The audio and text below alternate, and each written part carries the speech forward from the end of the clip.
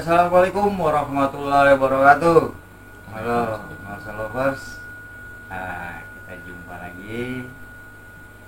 Kali ini saya ketemu dengan Mas Edi Kemput.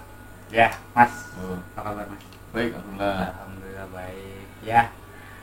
Ya, kita coba-coba ngobrol nih dengan Mas Edi Kemput yang pentolannya Grassrock.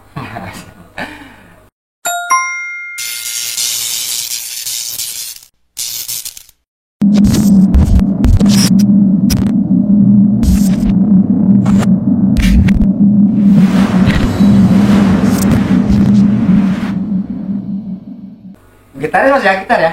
Iya. Ya, di Grassrock gitar ya? Iya, betul. Iya. Kebetulan, ada pokoknya ini banget deh. Beruntung banget nih. Ya, susah juga gininya. Alhamdulillah bisa terkabul. Mas, Iya, ini Mas, apa namanya?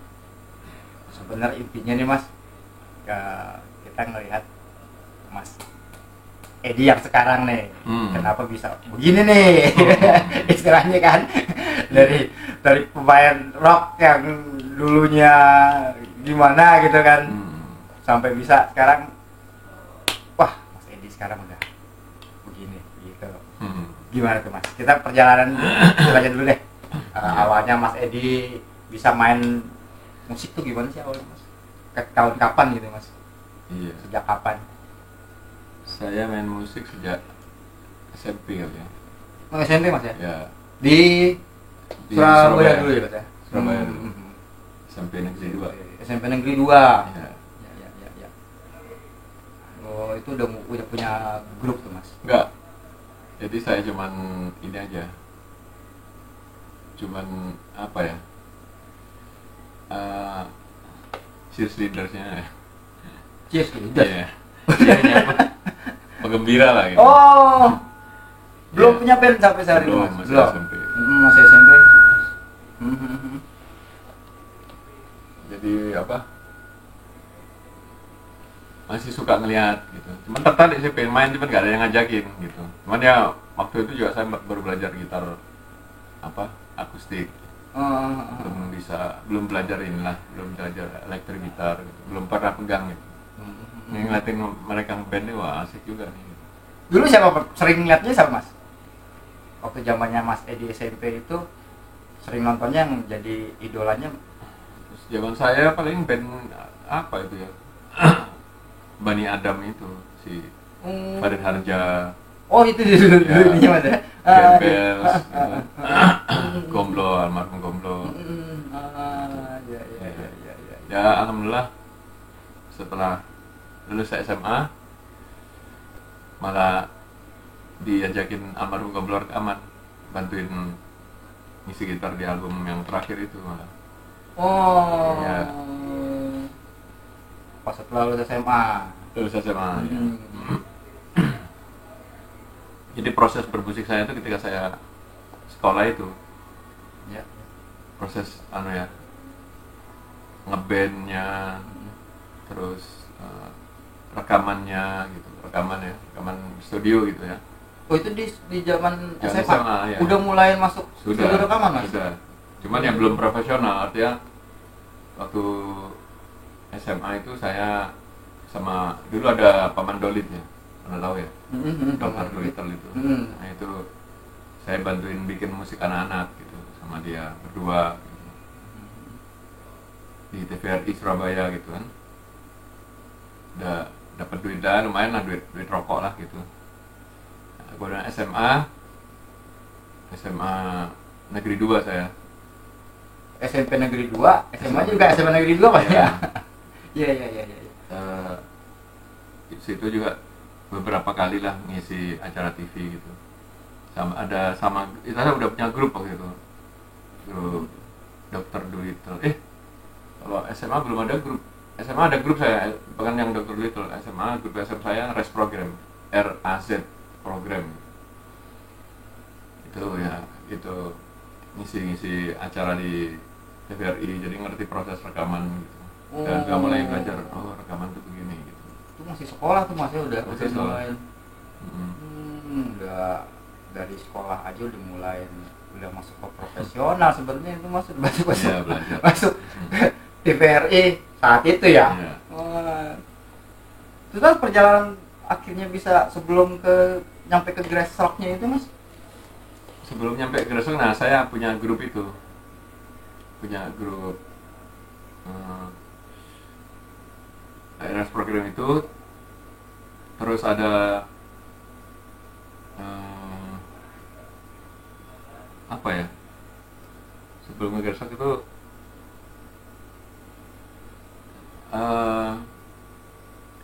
sama Dokter Dolittle kali ya. Sama Dokter Dolittle itu yang rekaman itu ya. Dokter Dolittle ya. Orangnya udah di atas saya semua, kecuali Riri. Saya sama Riri. Oh, Mas Riri emang udah dari sekolah. Tapi beda sekolah. Cuman kita punya band gitu ya. Dokter Dolittle dulu itu ada Bujana juga yang katanya yang main di situ. Ya Bujana. Kebetulan Dewa Bujana itu kakak kelas saya. Dia yang banyak menginspirasi saya bermusik sebetulnya. Saya banyak melihat dia ketika dia SMP itu mau nyari SMA itu kalau di mana nggak jelas gitu. Terus ngeliat ada band Squirrel waktu itu di TV pakai nama sekolah dari SMA Negeri 2 gitu. Wah, masuk sini nih asik nih ngeband nih gitu. Jadi motivasi masuk ke SMA. Gua itu kan ini ada bandnya nih gitu ya. Iya. Gitu. Jadi di situ ada Ari Ayunir, ada Dewa Bujana. Kemudian mereka satu kelas saya tuh. Saya di bawahnya. Jadi pamit saya Beki yo. Masih lanjut jualan. Iya. Sunnah berarti. Oh, ketemu nah. Mas. Bu, Itu ada. siap. Assalamualaikum. Waalaikumsalam warahmatullahi wabarakatuh. Tinggal di sini. Enggak, dia lagi di Bekasi. Oh. Nah gitu. Sampai mana tadi? Di pas itu Dewa Bujana sama Mas. Oh iya. Ada yang saya ya. Yang sangat menginspirasi saya gitu. Bujana sama Ari Ayunir. Sekarang Ari Ayunir tinggal di Amerika dia. Dulu sempet sama Meli Guslo kan, ya, di potret ya. Drummernya potret. Nah gitu. Terus masuk ke Grassrock tahun ya nggak lama setelah saya lulus SMA. Lulus SMA langsung bergabung dengan nggak langsung sih, cuman ada jeda beberapa gitu. bulan gitu. Ya. Nah terus ada temen ke rumah kamu diajakin ini main rock tuh, mau nggak? Ya boleh. Gitu. Udah dari situ saya ketemu sama teman-teman Grassrock. Udah mulai start sama Grassrock. Kalau nggak salah sempat dulu ikut festival dari Grassrock kan? Iya betul. Iya. Jadi Grassrock ini dipersiapkan untuk festival. Tahun 84. Alhamdulillah sih dapat juara favorit gitu. 85 ke Jakarta dapat juara 1 lebih sekitar Rere 84 dapat best drum. Terus di festival Lox Labor ya 85 di Jakarta itu Menpora juara 1 besok saya dapat the best gitar. Terus kemudian 85 yang festival Lox Labor besok dapat juara 3 kalau nggak salah. Ke Riri dapat the best drum. Nah, kemudian 85 ikut festival lagi, nah baru Grassrock juara 1. Riri the best drum, Mandu the best keyboard. Setelah itu kita datur sama Mas Yogi, sama God Bless. Terus 10 kata. Yang dari situ kenal teman-teman, ya senior kita, orang teman-teman God Bless. Kakak-kakak lah. Itu era 86. 86an. Saya masih pakai celana pendek gitu. Iya. Nah kalau dari Grassrock sendiri berkiblat ke musiknya, grup bandnya sama. Sebetulnya Grassrock itu susah kalau dibilang kiblatnya gitu. Cuman kalau Grassrock tuh dulu sukanya itu bawain lagu-lagu Yes. Oh, Mm-mm. malah lebih ke Progresif. progresif ya mas ya? Nah, sebelum progresif itu kan Yes itu grup art rock, art rock. Nah itu bawain Close, bukan Close apa? Lagu-lagu Yes yang lama-lama lah gitu, Onward, Sunosu. Ya saya sih pernah dengar, cuman nggak terlalu ngikutin tuh kalau grup Run tua tuh. Runabout gitu, drama gitu. Ya, karena dia rock progresif paling kalau saya tuh nantinya sih kayak tingkat ras lah. Iya sama sebetulnya, ras Iya. juga progresif juga.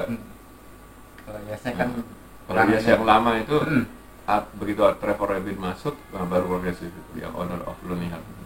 Nah kita juga bawain lagu itu. Nah setelah itu banyak orang yang lebih tertarik lagi sama Grassrock sebagai grup ikonik itu ya, Yes ya, yang suka tribute Yes gitu. Tribute Yes. Nah, tapi kadang-kadang kita bawain Toto, bawain Kansas gitu kan. Sempat main dari kalau dulu bukan kafe mas. Enggak, kita dulu main di event aja. iya di panggung-panggung. Panggung aja ya. Panggung rock, panggung jazz dulu ada suka jazz rock gitu, jazznya Krakatau, Oh iya, Grass Rock, jazznya Harimata, rocknya Grass Rock, Emerald, gitu. Iya.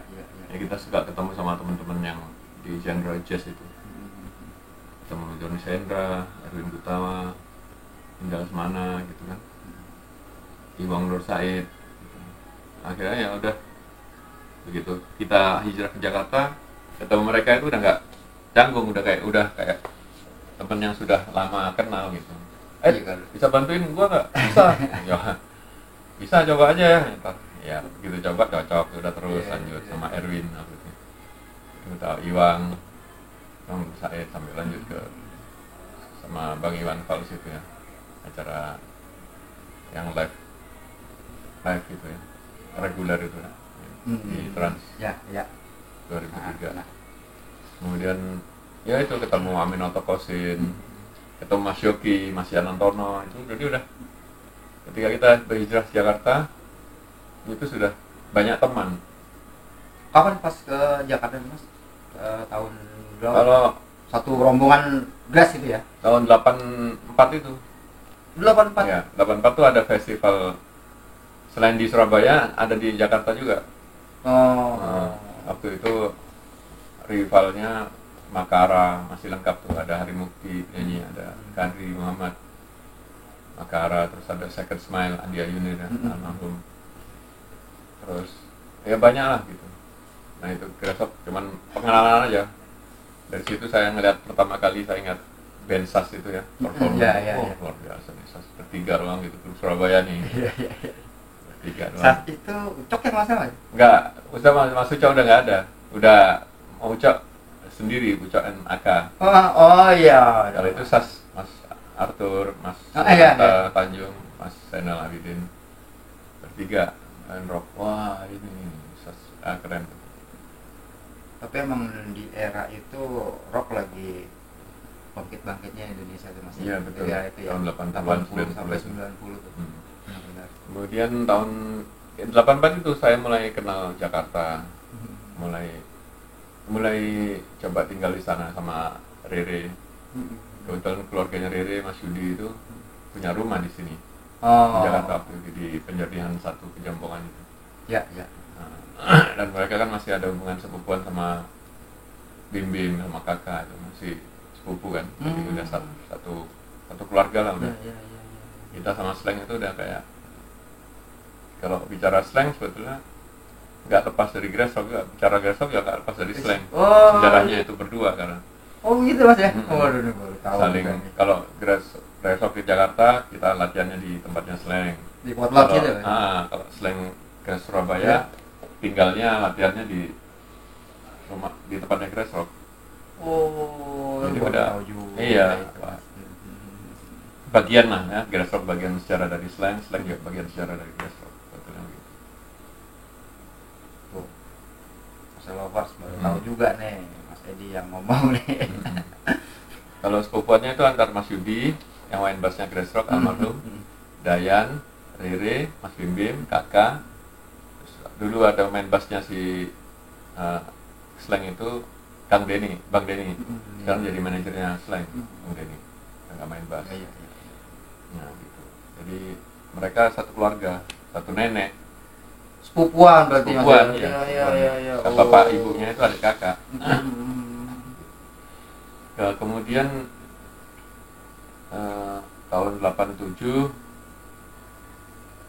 ada tawaran dari Mas Ian Antono untuk rekaman di Jakarta. Cuman sebelumnya ada pentas rock kemanusiaan itu. Ya. Nah, rock kemanusiaan itu buat Grassrock satu tonggak ya.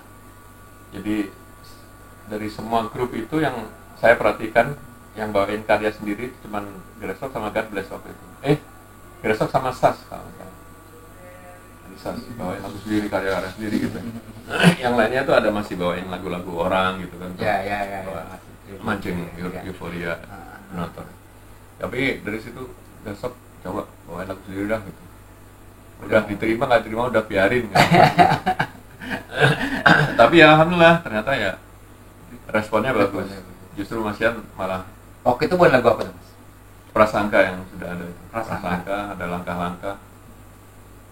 Terus Peterson, Anak Rembulan. Itu yang ininya Grassrock tuh. Ya. Mas. Nah, terus Mas Ian itu setelah itu Mas Ian ngajak rekaman. Jadi kan kalau di rock kemanusiaan itu tonggak sejarah itu dunia perform stage performing itu nggak ada orang selain pemain. Gitu. Udah kayak bule gitu kan. Jadi betul-betul dilarang kecuali pemain sama kru yang betul-betul yang diperlukan saat itu gitu. Yang udah siap standby. Tapi kalau enggak udah malah di belakang. Jadi di panggung tuh benar-benar orang pemain band aja. Wah gitu kayak grup bule gitu ya. Cuman kaget gede, juga ya. panggung gede Mas ya. Panggungnya gede. Kan kaget juga nih, wah pertama kali nih kita main. Biasanya dirubung penonton juga ikut di panggung gitu kan. Panitia biasanya ada panitia penonton di atas semua itu biasanya. Benar. Pengisi acara juga kan sebelum main itu ikut nonton di belakangnya itu gitu. Tapi begitu di rock kemanusiaan itu clear benar-benar panggung itu stage clear. Nah itu. Jadi betul kita di apa ya istilahnya dipeluncur lah ya. Dan akhirnya alhamdulillah kita sampai ditawarin rekaman sama Mas Ian.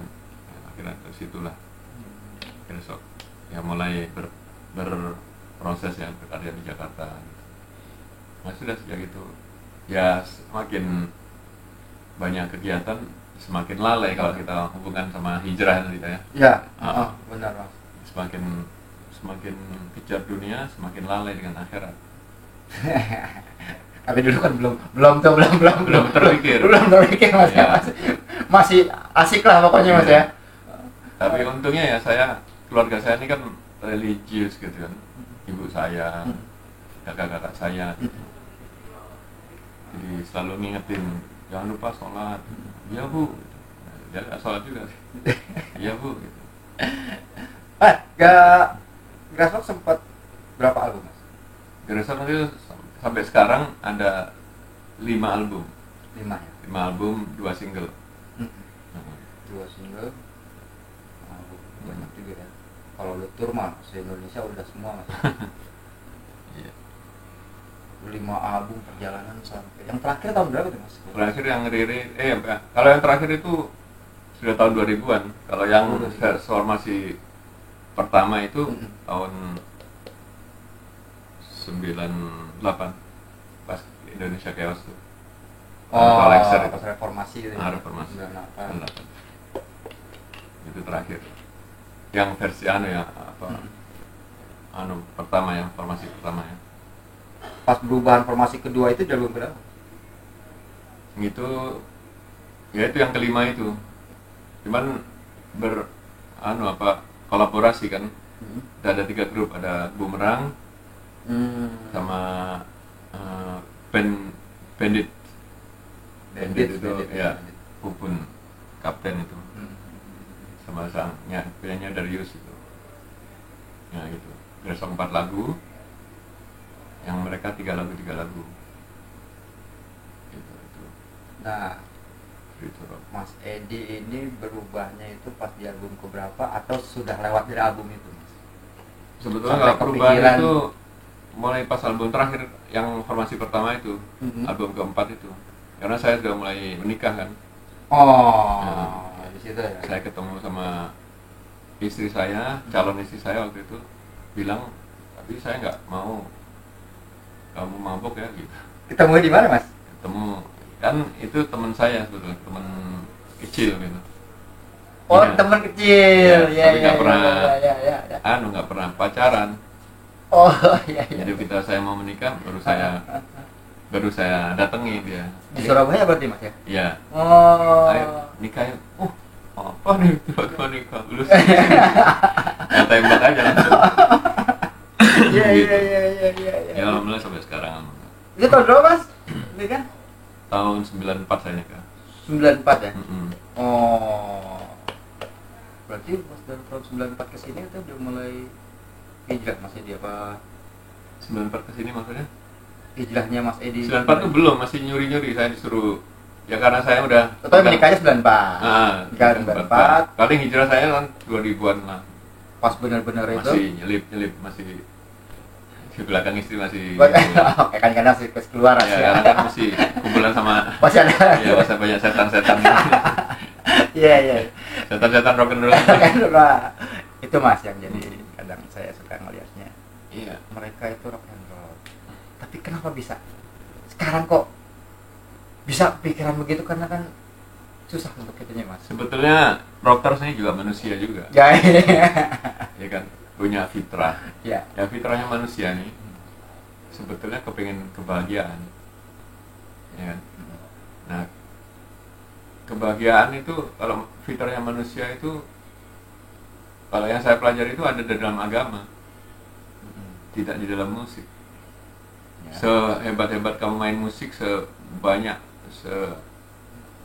sebagus apapun karya kamu, tapi di balik itu kamu pasti ada sesuatu yang kosong, yang hampa. Kalau nggak kamu diisi dengan agama. Nah, mulai kepikirannya saat Mas Edi lagi apa tuh?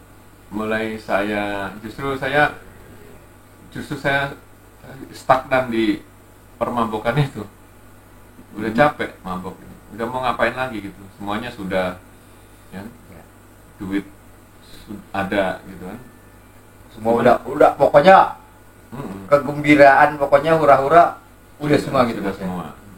Mau ngapain lagi gitu. Sementara saya punya anak. Saya kalau flashback itu saya nggak mau anak saya kayak saya.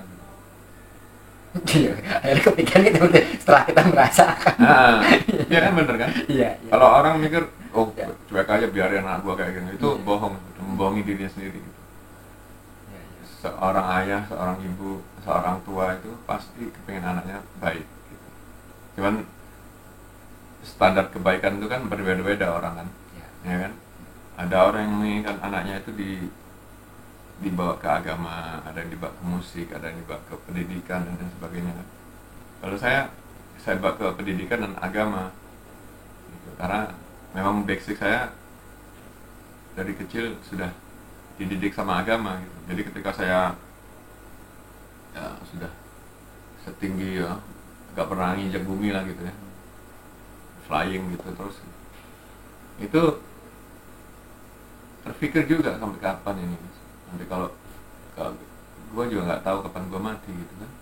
Sementara yang ilmu yang gue dapetin itu orang mati ini tidak membawa sesuatu itu. Bahkan kamu kalau mati dalam keadaan kamu mabok, kamu alhamdulillah ya mati yang tidak dikehendaki kan. Tapi kalau kamu mati dalam keadaan kamu bersujud, kamu membaca kitabmu, ngaji, kamu sedang berzikir, ya kan, kamu sedang mengajak orang kepada Allah, itu mati yang dikehendaki kan. Nah jadi gitu, jadi sudah tahu itu. Jadi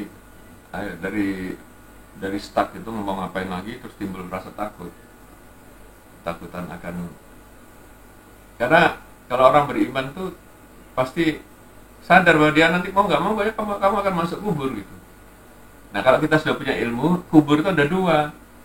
Kubur itu ada nikmat kubur, ada siksa kubur, ada azab kubur, kan gitu kalau di Islam ya. Nah, saya orang Islam, jadi saya percaya itu. Meskipun saya udah hancur-hancuran, saya dulu tidur di jalan, ya kan? Iya. Tidurnya di jalan di trotoar gitu. Tapi ya selalu mencari gimana, kapan saya begini terus gitu, sampai kapan gitu. Ya itu akhirnya pas kebetulan ada yang teman-teman di di rumah itu suasananya suasana agama juga, teman-teman yang selevel saya itu ada Ya. namanya Bu Haji, ada yang lain ya, terus ada si penyanyinya Jetlayer, Yang tahu Jetlayer nggak? Tahu jet layarnya. Nah, tahu ya. Ah.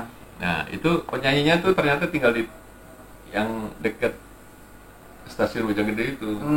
Bojonggede baru satu, gua kan di dua. Ya. Nah suatu saat itu ketemu di masjid saya si Yang almarhum itu situ. Nah dia disuruh kultum waktu itu bulan Ramadan. Bulan Ramadan disuruh kultum. Saya lihat, wih, penyanyi metal bicara agamanya luar biasa gitu. Dan yang buat saya kagum, wah, nggak bawa Al-Quran, nggak bahasa Arab, nggak bahasa hadis, nggak, dia bahasa Indonesia aja.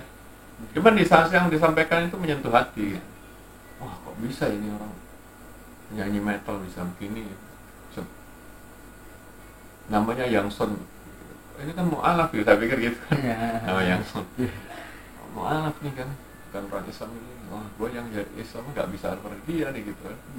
Akhirnya saya tertarik gitu, dideketin lah sama dia. Kemudian saya diajak satu masjid.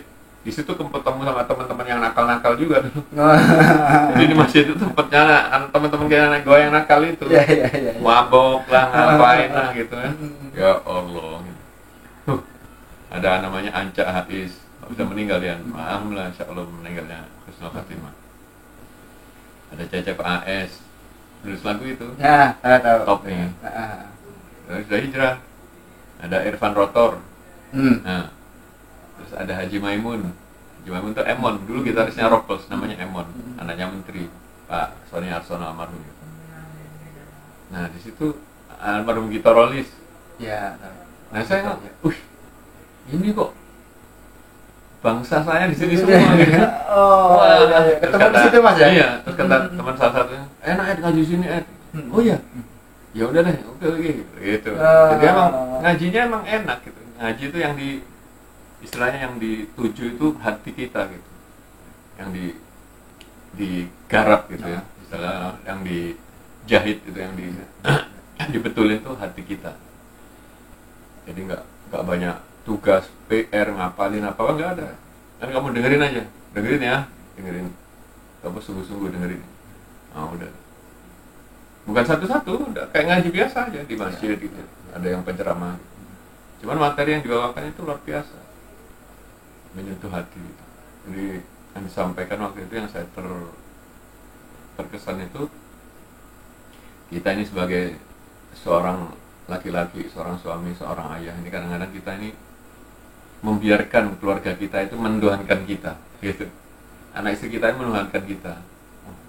Apa nih gitu, saya diam aja nih. Apa nih, kajian apa nih? Terus beliau jelaskan, iya sekarang ini waktu itu musimnya PHK ya, tahun 2002-an, 2001, 2002, lagi banyak PHK orang-orang pemutusan hubungan kerja itu. Jadi ketika kita tidak mempersiapkan keimanan keluarga kita, maka ada orang kena PHK, maka istrinya bilang, wah kalau kamu nggak kerja siapa yang ngasih makan kita, siapa yang menghidupi kita, gitu kan? Gitu. Ini kan bahasa-bahasa yang tidak perlu, ya kan? Bahasa-bahasa, bahkan kalau yang siapa yang menghidupi kita ini bahasa-bahasa syirik. Gitu. Yang menghidupkan mematikan Allah, iya kan? Apakah seorang suami kalau suami mati, seorang istri ikut mati? Kan enggak. Gitu. Tapi karena kita nggak selalu mendidik gitu, nggak kita arahkan istri kita itu kepada keyakinan dan keimanan yang betul kepada Allah, maka ketika kita sedang diuji sama Allah, tidak ada kerjaan gitu karena pemutusan hubungan kerja tadi, Maka itu tadi seorang anak bilang, wah kalau ayah nggak kerja gimana? Saya makan apa ya? Tergantungan. Iya, saya hidup saya gimana ya gitu. Siapa yang menghidupi saya gitu kan gitu. Iya. Nah itu saya betul, wih bener nih cara mainnya betul gitu kan. Nah, jadi orang yang setiap bulan ada pemasukan 10 juta, 11 juta, 12 juta, 20 juta gitu. Ketika di-cut gitu nggak ada, kaget loh. Kaget loh. Benar. Ini kan? Nah, itu terbukti ketika kemarin itu ketika Covid, tapi ini udah jauh ke sini kan. Iya. Jadi gitu. Jadi, akhirnya saya tertarik dengan kajian-kajian yang tentang keimanan, keyakinan gitu. Akhirnya ya udah saya istiqomah di masjid situ ya, sama teman-teman sampai ya cuman uniknya ini kajian yang saya ikutin ini mikirin teman-teman kita yang belum sholat gitu, belum pernah ke masjid, belum bisa sholat, bahkan banyak teman-teman kita yang belum sholat, belum bisa sholat, wudu juga nggak ngerti ya. Kalau salah sholat tuh kalau salam ke kiri dulu apa ke kanan dulu kayak gitu. Ada yang gitu. Iya. Sudah sepuh nih, udah tua. Ya Allah, katanya. Kan?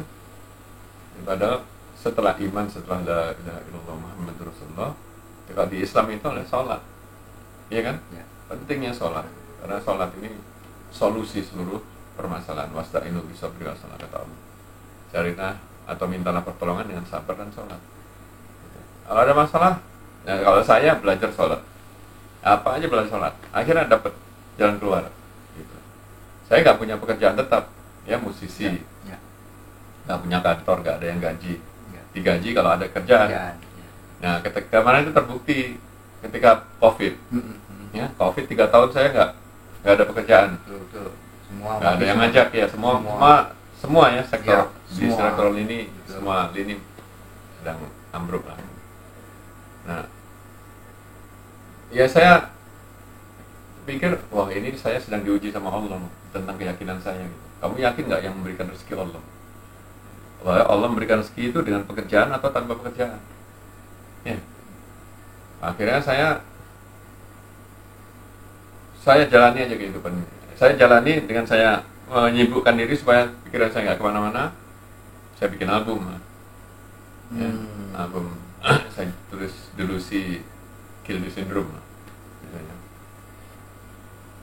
gitu. Jadi ini satu, ya alhamdulillah saya nggak kerja 3 tahun itu, justru saya bisa buat satu album ya, 8 lagu, tapi saya nggak punya hutang, saya bisa makan, saya bisa ya menafkahi anak istri, anak saya kuliah, saya bisa belanja bayar listrik, bayar gas, bayar internet, work from home ya, WFH ya, WFH Work from home. Wah, kan? Jadi ya teman-teman banyak yang menjual, ada yang menjual rumah, ada yang menjual mobil, ada yang menjual mogenya, ada yang menjual gitar. Saya alhamdulillah nggak ada yang menjual, karena saya yakin tanpa bekerja pun Allah memberikan rezeki kepada saya gitu, tanpa harus saya menjual gitu. Menjual apa? Karena saya juga nggak punya apa-apa yang dijual. Ya nggak punya sesuatu yang bisa saya jual gitu. Ya ada kalau mau jual mah jual gitar, cuman kalau gitar saya jual, saya nanti main apa gitu kan? Gitu. Itu paling berharga tuh mas. Ya gitu. Gitu. Jadi memang penting belajar tentang iman, yakin, karena iman ini juga perkara imannya adalah perkara yang nanti pertama kali ditanya di dalam kubur oleh saya. Karena memang sudah disampaikan seperti itu. Kalau kata ulama itu, percayaan tentang iman ini adalah kenapa penting kamu harus belajar iman? Karena imannya ditanya pertama kali di dalam kubur. Tapi kalau sholat pertama kali ditanya dalam akhirat. Di hari kiamat nanti pertama kali oleh Allah sholatnya. Kalau sholat bagus, semuanya bagus. Kalau sholatnya rusak, semuanya pasti rusak gitu. Karena dalam sholat itu ada inna sholata tanha 'anil fahsya'i wal munkar, kata Allah. Sesungguhnya sholat mencegah perbuatan keji dan munkar. Tapi kalau pertanyaan sekarang, ada orang sholat tapi rusak, ya sholatnya belum betul. Di zaman dulu itu ada orang salah, padahal dia sholat tahajud, puasa gitu. Kata Nabi ya, nanti satu saat sholatnya akan membuat dia itu kembali menjadi baik. Gitu. Jadi sholat patokan orang Islam ya, atau sholat aja, gitu. Gak usah ke apalah psikiater lah, ke apa, bukan ya, bukan nggak boleh, boleh aja boleh, tapi ya itu yakini bahwa Al-Quran ini menuntun kita kepada kebenaran, jalan direction ya, the life, itu the way of life gitu. Jalan hidup kita. Berarti awalnya itu faktor lingkungan menentukan juga Mas. Betul, ada, tapi saya juga waktu itu juga ada perasaan ingin kan, wah capek banget gitu, udah capek hari-hari berantem sama istri, bohong gitu kan, ke masjid, iya masjid, ke warung, orang yang pulang udah pulang dari masjid, saya baru pulang. Tadi udah pulang, udah selesai, udah, gitu kan, bohong terus, nggak enak bohong gitu, ya kan, subuh bangun pagi gitu, nyari warung, Bangun pagi-pagi juga tuh. bangun pagi, tapi nggak sholat, gitu, karena imannya rusak, gitu. Jadi yang perlu dibetulkan itu tadi iman. Kalau imannya betul, nanti kamu akan menyadari bahwa memang kamu itu harus sholat. Karena bukan Allah butuh kamu sholat, bukan. Allah nggak butuh kamu sholat. Seluruh manusia dan jin ini beribadah kepada Allah SWT, tidak akan menambah kebesaran Allah, gitu kan? Karena Allah sudah maha besar, maha hebat, maha kuasa, maha segalanya. Ya kalau kamu seluruh manusia dan jin ini bersatu bermaksiat kepada Allah pun tidak akan mengurangi kehebatan Allah, gitu kan? Iya. Iya, karena Allah hebat. Gitu. Allah tidak berhajat kepada siapapun, Allah tidak butuh kepada siapapun. Allah ini, masya Allah, hebat. Wah, ini kalau mau dibahas kajian untuk itu bisa nggak habis. Nah, makanya aja, Mas. bisa nanti sama kita, sama saya, sama teman-teman kita belajar iman 3 hari setiap bulan. Waduh. Saya sih bisa Mas. Nah, saya Kepengen. Nah, iya, boleh. Yang belakang belum bisa deh. Loh, kita ninggalin istri, ninggalin anak itu sama-sama belajar. Iya. Itu. Kita belajar yakin bahwa ya Allah yang menjaga anak istri kita. Terus istri anak juga yakin bahwa yang menjaga Allah. Gitu. Kalau ada kita terus bangun di tengah malam ada yang bunyi kodek tuh. Istri bangun ya lihat dia tuh ada apa dia. Iya. Gitu kan?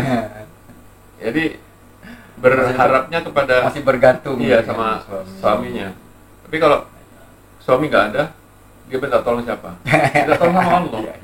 Kan ya Allah, suami saya nggak ada ya Allah, jaga saya ya Allah, jaga keluarga saya, lindungi kami ya Allah, gitu.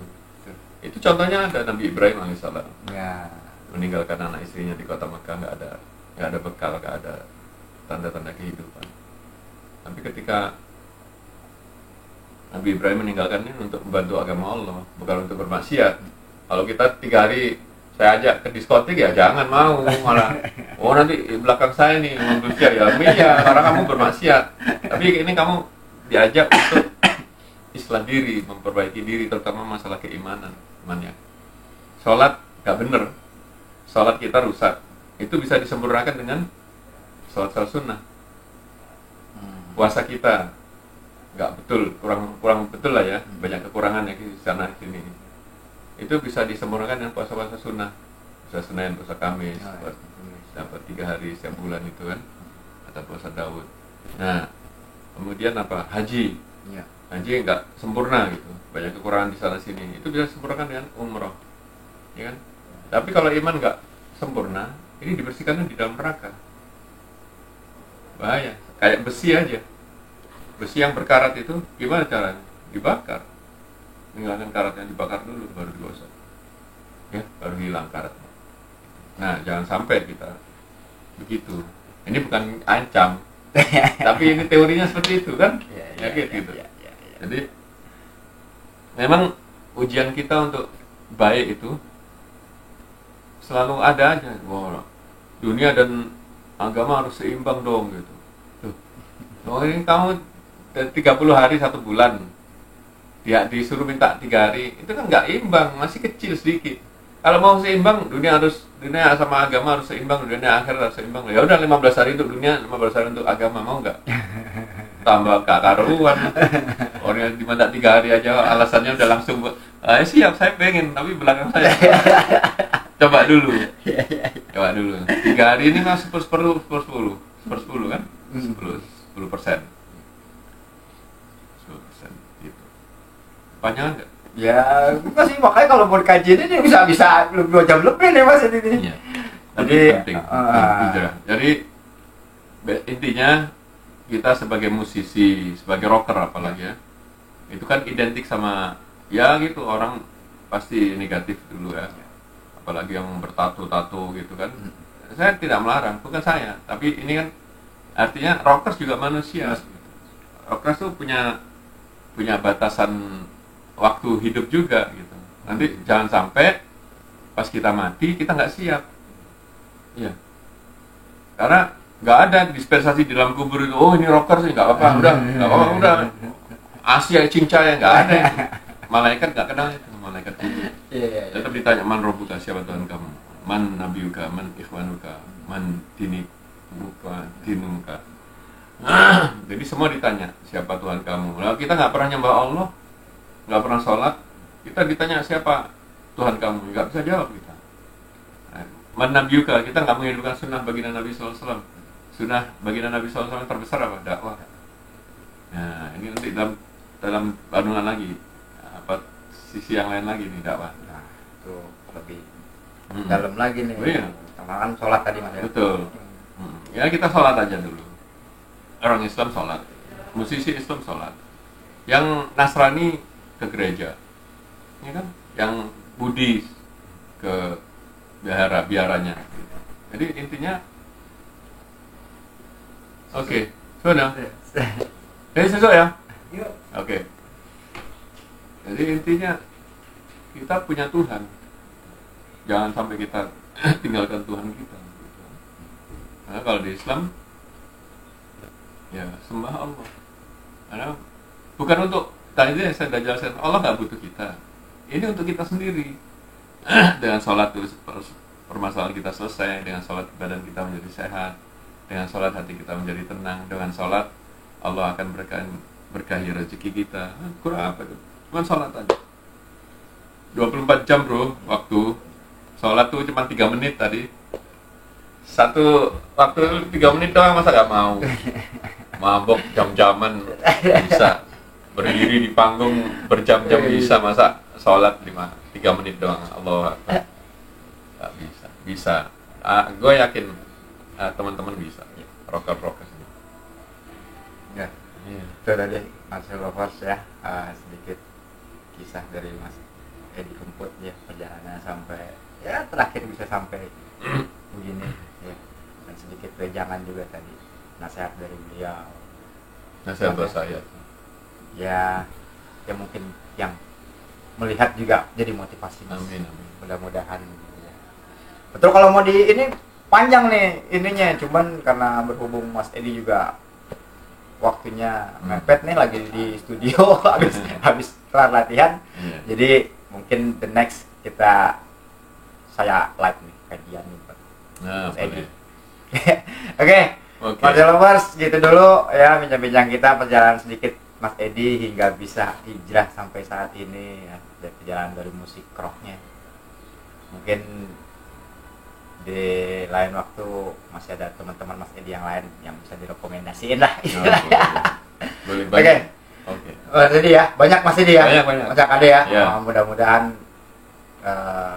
konten-konten dari lu bisa bermanfaat buat teman-teman semua. Amin. Ya Mas ya. Oke. Termotivasi, terinspirasi, dan alhamdulillah bisa mengajak orang berbuat baik, Mas. Amin. Ya. Oke, Mas Lovers, segitu dulu ya. Saya dan Mas Edi ucapin terima kasih. Ya. Assalamualaikum warahmatullahi wabarakatuh. Waalaikumsalam warahmatullahi wabarakatuh. Mas, terima kasih banyak Mas. Sama-sama. Mudah-mudahan bisa ikutin jejak Mas Edi. Amin. Ikutin Nabi, jangan ikutin saya.